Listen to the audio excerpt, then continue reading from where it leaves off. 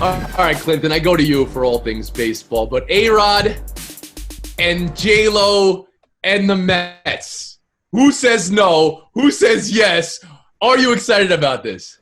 I'll tell you what I'm excited about. It's not the possibility of anything other than, well, A-Rod owning a team. However, the Mets, I don't know. The Wilpons are a group that when you get involved with, things get a little tricky, but let's be real. A-Rod is one of the best ambassadors for the game, considering everything he's been through as a career. I think the idea of him being involved with MLB at this level, never mind J-Lo's involvement, is good. I just feel like the Mets are a weird franchise to match up with him. I know he was thinking about going there before he signed with the Rangers. I understand that there's the New York element, but that franchise is just mired in so many problems. I want to see A-Rod at a big-time level in the MLB. I don't know if Queens is the place.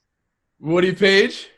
I'm opposed to it. I don't think his rehabilitation is complete. I know that he's involved with Major League Baseball. He's being a broadcaster. He's being basically a front man for a lot of baseball. But really, he's not in the Hall of Fame. We don't know if he's going to be in the Hall of Fame.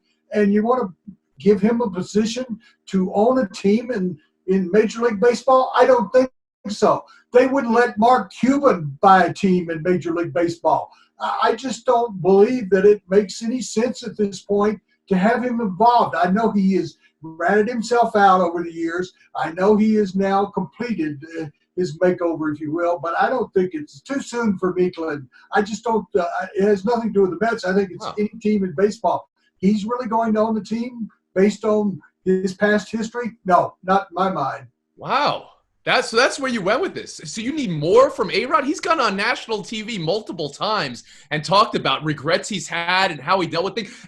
And I feel like let's take Derek Jeter on one side and A-Rod on the other side. Those two have gone like this since they both have retired. Jackie Mack, I'll bring you in here. Yeah, so it does blow my mind a little bit to hear A-Rod be called a great ambassador to the game just because of his past, okay? But I don't think there's anything wrong with a rehabilitated A-Rod wanting to buy a team. I would love to see it. And, of course, I would love to see what's going to happen in the seventh inning stretch after they sing "Take Me Out to the Ball Game." We're going right into Jenny from the Block. I'm all about it, the kind of way they could market this team. So I'm not going to say no because everybody deserves a third chance because A-Rod had a second chance. I'm not against it in that regard. I just know it's really expensive to buy a major league franchise, and he's going to need some help. Where's it coming? What would the Mets be a fun destination if they were owned by J-Lo and A-Rod, Clinton?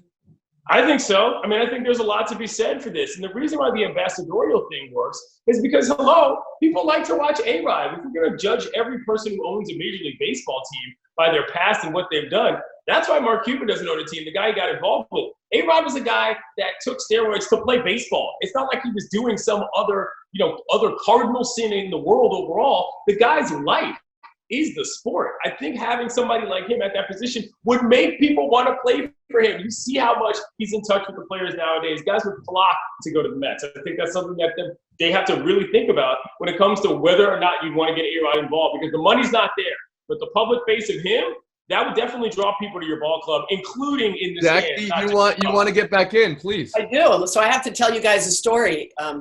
This past summer, the Yankees were playing the Red Sox on Sunday Night Baseball. And A-Rod and Jessica was doing the game. And they were sitting there, and 2 rows behind on the left-hand corner, who was sitting in the monster seats? That would be J-Lo. Well, I was down below. I remember that, monster seats, yeah. I was in the first row. But the reason I bring this up is because I got to watch the interactions with A-Rod and J-Lo all night. And I'll tell you what, people were flocking just to look at them because they couldn't come down. They couldn't get near A-Rod. He was working. But I figured if the Boston Red Sox fans are that enamored and interested in A-Rod, then everybody should be, right?